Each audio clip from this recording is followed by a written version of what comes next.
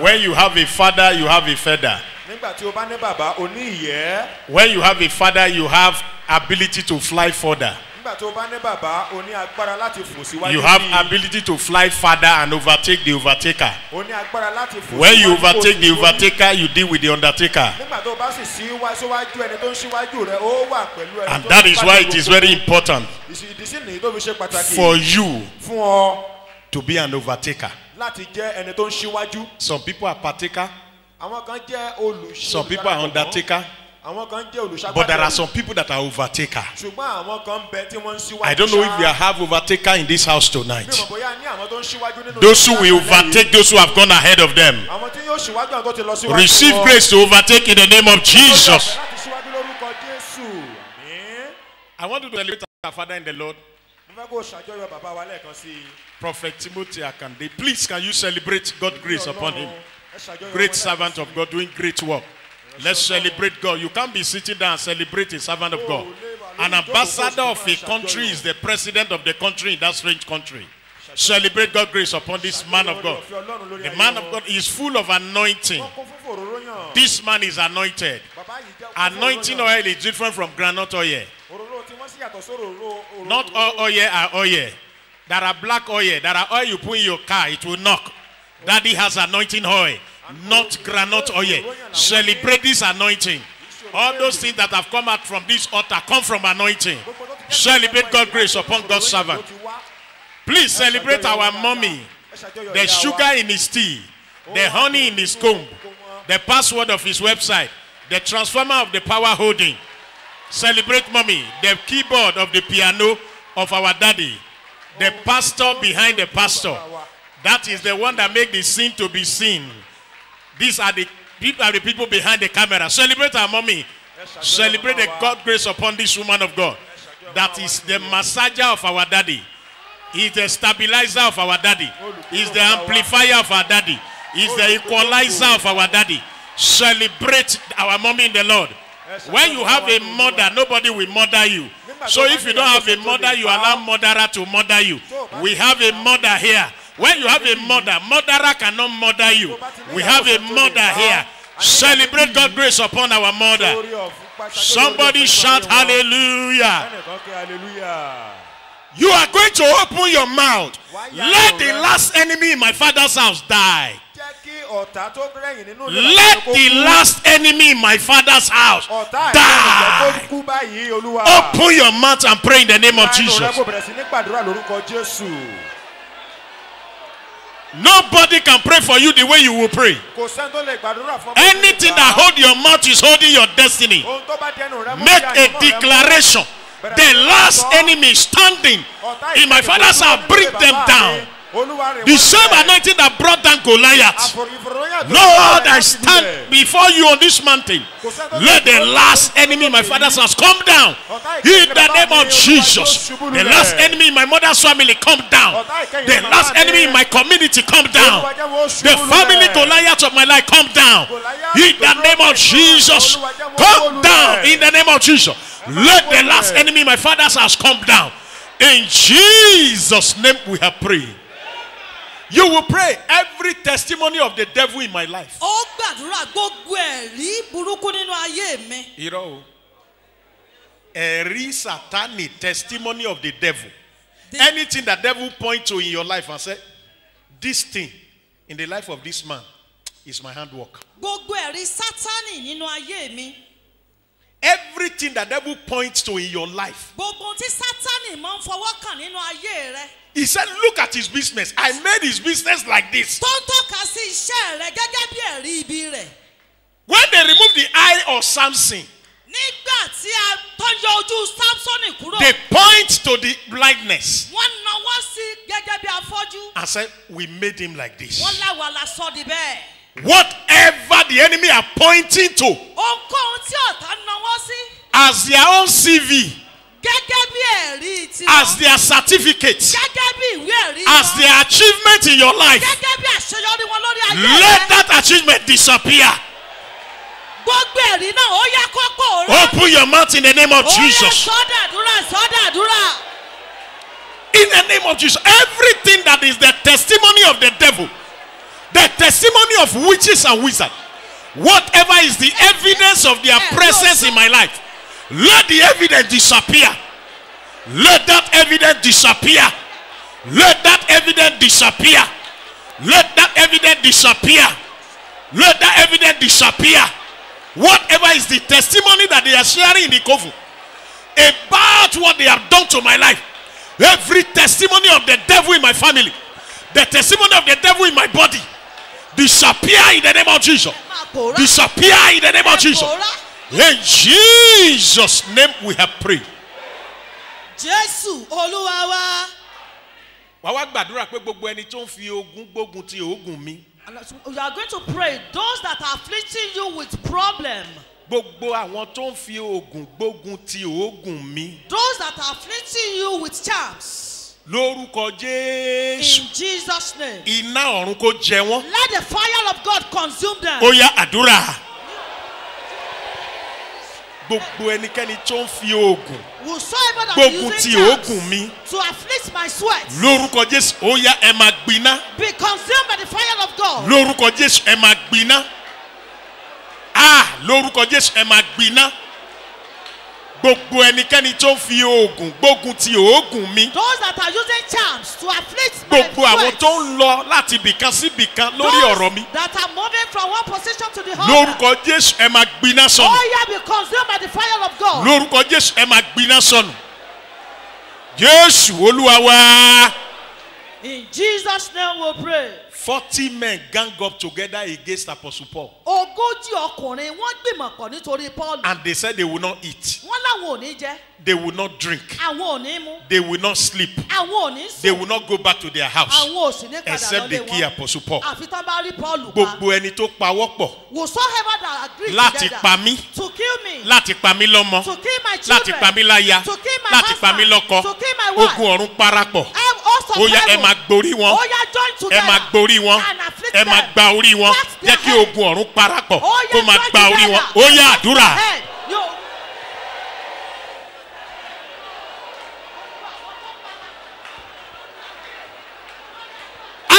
Gbogbo ẹni tó parapọ̀ ní ìlú ìyàwó mi. Everybody that Gbogbo agree àwọn tó together, parapọ̀ that agree ní together, ẹbí ìyá mi. in my family, Gbogbo àwọn tó parapọ̀ those that agree ní ẹbí together, bàbá mi. in my father's Gbogbo àwọn family, tó parapọ̀ those that ní agree ìlú tí together, a gbé bí mi. in my Lórúkọ town, Jésù. Jesus' Bíbélì wípé ẹ the Bible parapọ̀. says, Ẹ gbìmọ̀pọ̀ yóò di asán. it can Ẹ sọ ọ̀rọ̀ náà a kì yóò múṣẹ.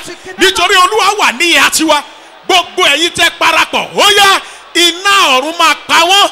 Lórúkọ Jésù. Ẹ̀yin áńgẹ́lì abẹ́nilórí. Áńgẹ́lì tó pa wọ́n lọ́mọ ní Íjíbítì. Ó yá wọ àárín wọn lọ. Máa pa wọ́n.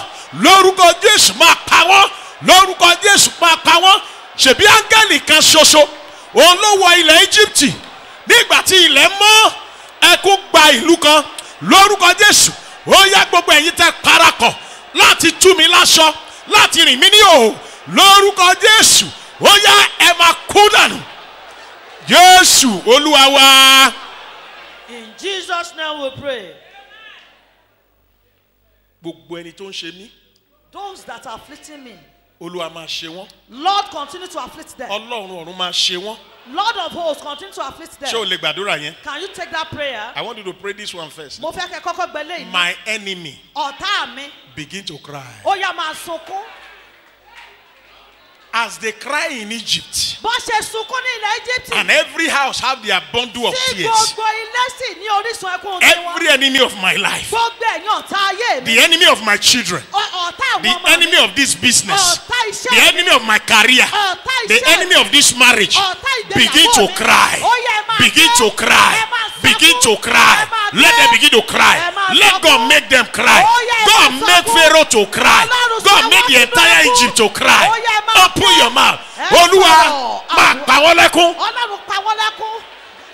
Make my enemy to cry. Jẹ́ kí ọ̀tá mi ó ké. As powerful as King Pharaoh is, he cried. Bó ṣe rò bóyá The lè entire pa wọ́n Egypt lẹ́kún. cried. Bẹ́ẹ̀ ni ó ké. Father, make my enemy to cry. Ọlọ́run jẹ́ kí àwọn ọ̀tá mi ó ké. In Jesus' mighty name we have prayed. Amen. Gbogbo àwọn tó ń ṣe mí, Those that are afflicting me, Olúwa máa ṣe wọ́n. Lord, afflict them. Nígbà tí mo gbéyàwó ní inú ibi tá a ti ń ṣe reception. When I got married, where we were having the reception program, Ẹnìkan fún mi ní òrùka méjì. somebody gave me 2 rings. Òrùka yẹn ṣe kókó, ó dẹ̀ ṣe pàtàkì, ó ṣe iyebíye. That 2 rings is very important and is Mo dẹ̀ expensive. fi òrùka yẹn sí ọwọ́. And I put that ring into my Mi ò finger. gbàdúrà lórí òrùka yẹn. I did not pray upon the Gbogbo ring. nǹkan tó ń fún wa nígbà wedding yẹn a tì wọ́n mọ́ yàrá kan fọ́jọ́ méje tá a gbàdúrà.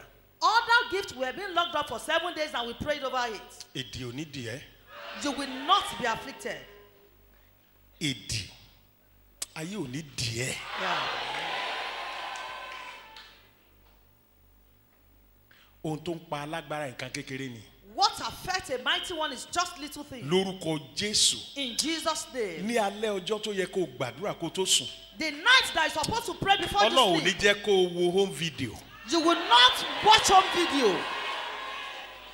Lálẹ́ ọjọ́ tó ń dá pé wọ́n fẹ́ ṣiṣẹ́ yẹn. The night that they decided that they want to complete their work. Nínú Mark chapter 6, Bíbélì ní a convenient day came to kill John the Baptist. A convenient day. Woman yẹn sọ fọ́mọ ẹ̀ pé kó máa jó kó máa ṣe rìhásà kó máa ṣe rìhásà. Ọmọ yẹn ò mọ̀ dí tí ó fi máa ṣe rìhásà. Ó yá contest tó ń bọ̀ yìí ó sọ fún máa yẹn pé kọ́kọ́ organize. The child was dancing.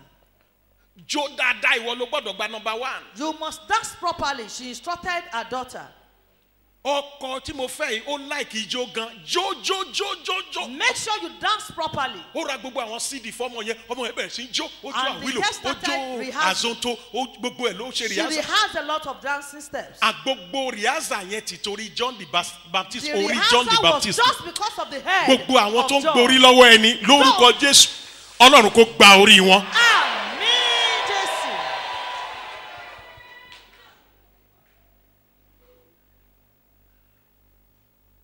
Bíbélì ní ọba yẹn fẹ́ ṣe John the Baptist ó fẹ́ ṣe léṣe bẹ̀ tó rí pé John the Baptist ní crowd.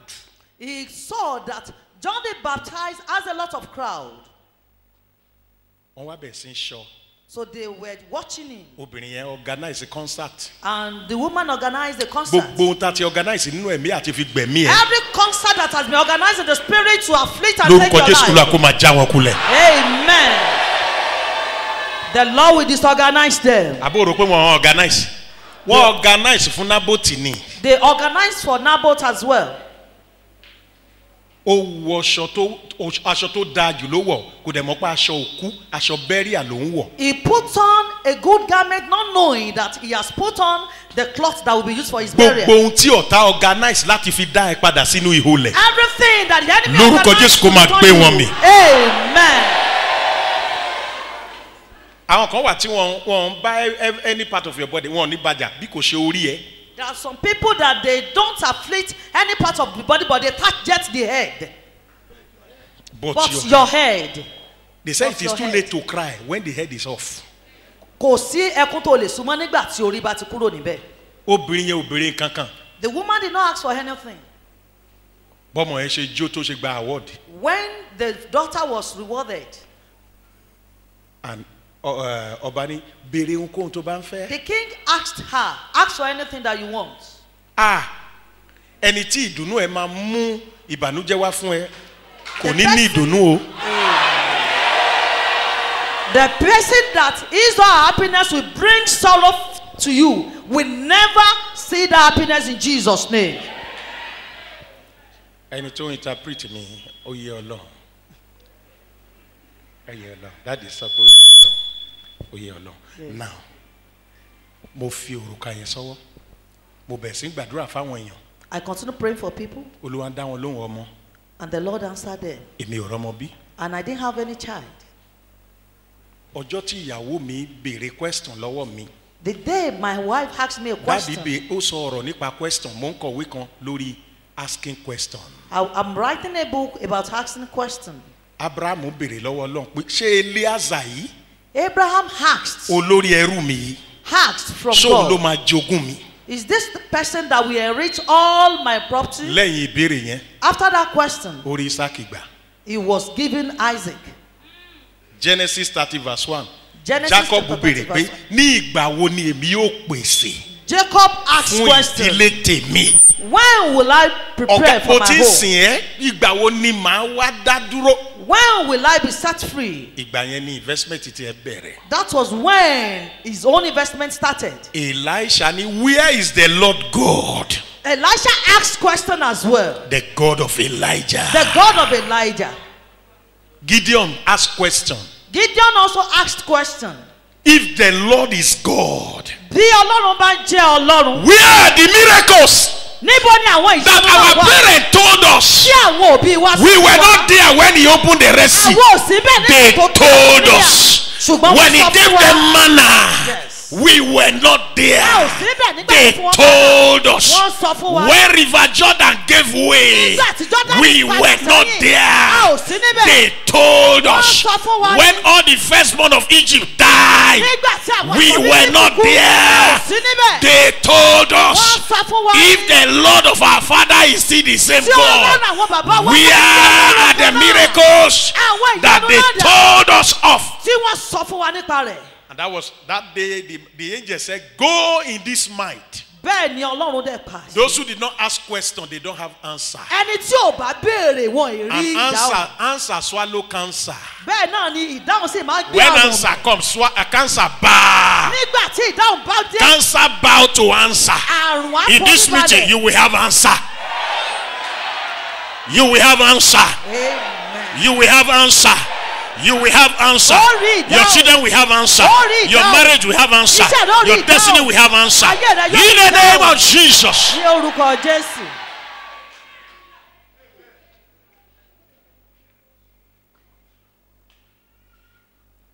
Is there anyone remaining in the house of Saul? Is a question. Ìjẹ́ ẹnìkan kù ní ìdílé Sọ́ọ̀lù bí And ìbéèrè ni. that was what brought a crippled man to sit down with the king and feast all Ohun the tó day of gbé his life. ọmọkùnrin arọ ìdíje láti jókòó pẹ̀lú ọba. Somebody came to meet me for counseling over something many years ago. Ẹnìkan wá bá mi, ó bẹ́ wá fún. And he told me, he said, Daddy, this thing I want to tell you Dádì ohun tí mo fẹ́ sọ fún yín is not the will of God. kì í ṣe ìfẹ́ Ọlọ́run.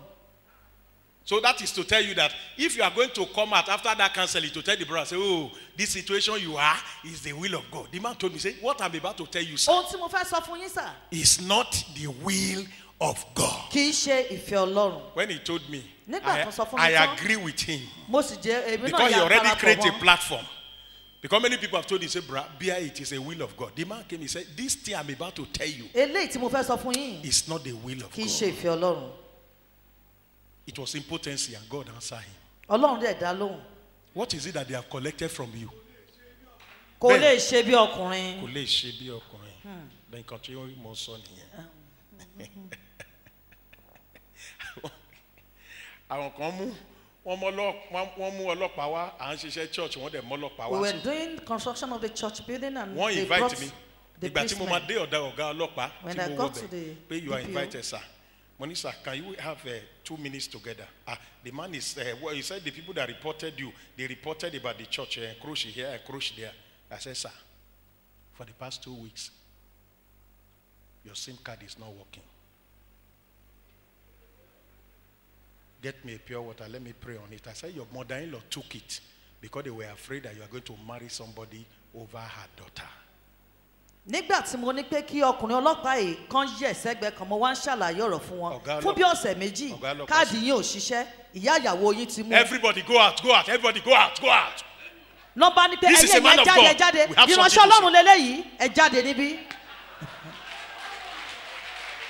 Nígbà tí àṣírí ìjìnlẹ̀ jáde. Then I said, he said, I even have bottled water. I have bottled water here. He said, what you are saying is true. Nǹkan tẹ́ ẹ sọ òtítọ́ Say ni it has not been working. And I said, oh yeah, let's read so Bible. káàdì mi ò ṣiṣẹ́ rárá. We now pray on it. We pray on it and I said, sir, go home. Where is your wife? He said, I said, anywhere your wife is, go and test run this ministry. And when he went back, the battery was full bar.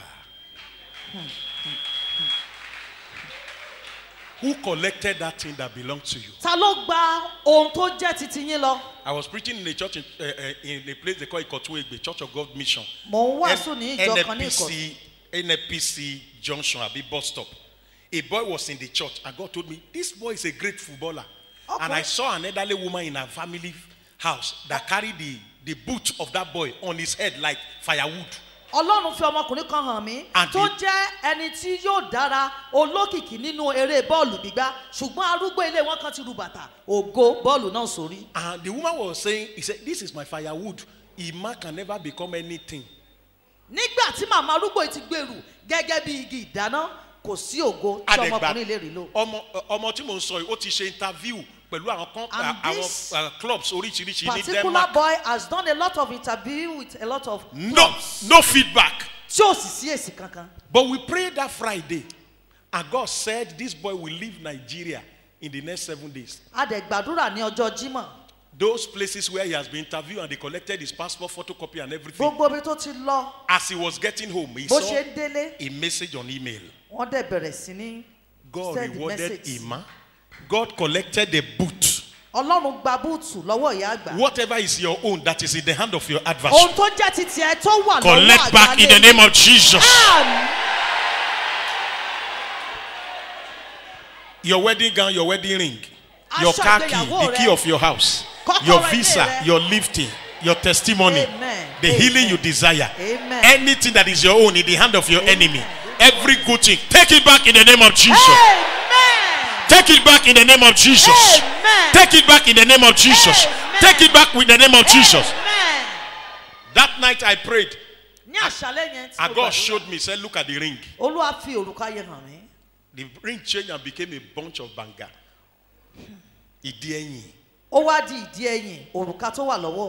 And the thing changed and became ring. God said to me, remove this ring today. If you remove it, and you and your wife, you are not pregnant this month, he said, I am not God. That night, I removed it and I called my wife. We removed the something, I kept it because I didn't want to tell my wife why we removed the ring. Because you know women, you say, so that woman, what I do? Why I say, I not go born. So I didn't tell my wife about that same month we became pregnant.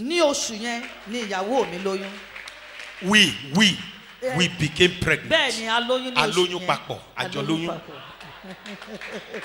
And when we delivered, twins, 2 girls. They are 300 level in the university now. Twins. I am saying to you, whosoever has padlocked your next level, let the fire of God consume them in the name of Jesus. Tí a fi orúkọ ẹ release látọ̀run, tí balógun pàṣẹ àdìmú, balógun ẹbí ẹ, balógun ìdílé, balógun ìdílé ọkọ àti aya, balógun àdúgbò ẹ tó mú ire ẹ dání sáàrin afẹ́fẹ́ lórúkọ Jésù kó máa gbiná sọnù. They should burn in Jesus' name. Ẹnìkan wà ń bí wọ́n fi ẹ̀mí olè sí inú ọmọ ẹ. There is somebody Wọ́n rí here. pé ọmọ yẹn ọmọ ológun They are ni. afflicting your son with spirits of Waywardness and stealing. waywardness and stealing. Ó ń ṣe ohun tó ń bà yín lójú jẹ́. He is disgracing you. Lórúkọ Jésù ẹ̀mí náà kó jáde lára ọmọ yẹn. Amen. Gbogbo ẹni tó fẹ́ sọ ògo ẹ di òdo. Those that want to turn your Gbogbo àwọn tó glory sọ ológo di olódo. to nothing. Lórúkọ Jésù kan máa gbiná sọnù. Amen. Wàá wá gbàdúrà báyìí pé lórúkọ You are going to Jésù. take this prayer in Jesus' name. Ògo mi kó padà. My glory come back. Ológo ni mí, mi ò ní dolódo. I am a glorious person. Ògo iṣẹ́ mi I kó will not go to padà a wá. dead person. My glory The come Ebenezer back. said, my reasoning return to me. My glory come Ó back. yá ògo mi padà. My glory come back. Ìjáfáfá mi kó padà. My fatness come back. Bẹ̀rẹ̀ sí gbàdúrà. Continue to Padà. pray. Come back. Owó ẹ kó padà. My money come back. Àṣẹ ẹnu ẹ kó padà. My authority come back. Oríire tó gbé lórúkọ Jésù kó máa padà. My success come back. Ayọ̀ tó ti jí lọ kó padà. The joy that has been stolen come back. Ó yá ìlọsíwájú kó padà wá sọ́wọ́ ẹ̀. My progress come back. Kọ́kọ́rọ́ tó ń jágbà lójú àlá ó yá gbà padà. The key that has been Ìwọ tó taken yìnbọn away. sí lójú àlá tíbẹ̀ yẹn ń dùn ẹ́ ó yá ọta kó máa jáde kó padà sórí ọlọ́ta. Let the bullet go. Ipá tí ó ń tẹrí ẹ bá gbogbo ẹni tó ń tẹ orí ẹ mọ́lẹ̀ nígbà tó bá fẹ́ dìde gbogbo àwọn tó lórí ẹ ò ní kàkè gbogbo àwọn tó ní owó máa dé àìsàn ló máa fi wò gbogbo àwọn tó ní tó bá ti lówó ìtàn ò ní Those that lálàáfíà. said that when you are rich, you will be Gbogbo tó sick. ti jágbà lọ Olúwa dá padà. Every good things that have been taken away, God redeem it. Olúwa dá padà. Recover it for me. Olúwa dá padà. I take it back. Olókìkí ni ẹ. You are a glorious A person. ò ní dẹni àná. You will Ò ní not dológo àná. failure. Ògo kó padà. Ayọ̀ kó padà. Àánú kó padà. Gbogbo tó ti gbà lọ lára ẹ. Every good thing that has been taken away Ìwọ tó from ń gbé you. ojú kó ẹ. You that you are Ìwọ tí afraid. àyà ẹ ń làgàrà. You that you are Ìwọ tí wọ́n always ṣá ẹ afraid. lọ́bẹ lójú àlá. You that has been stabbed Ìwọ in the tó dream. fi ọkàn ẹ tó fi ń dáná. You that they are cooking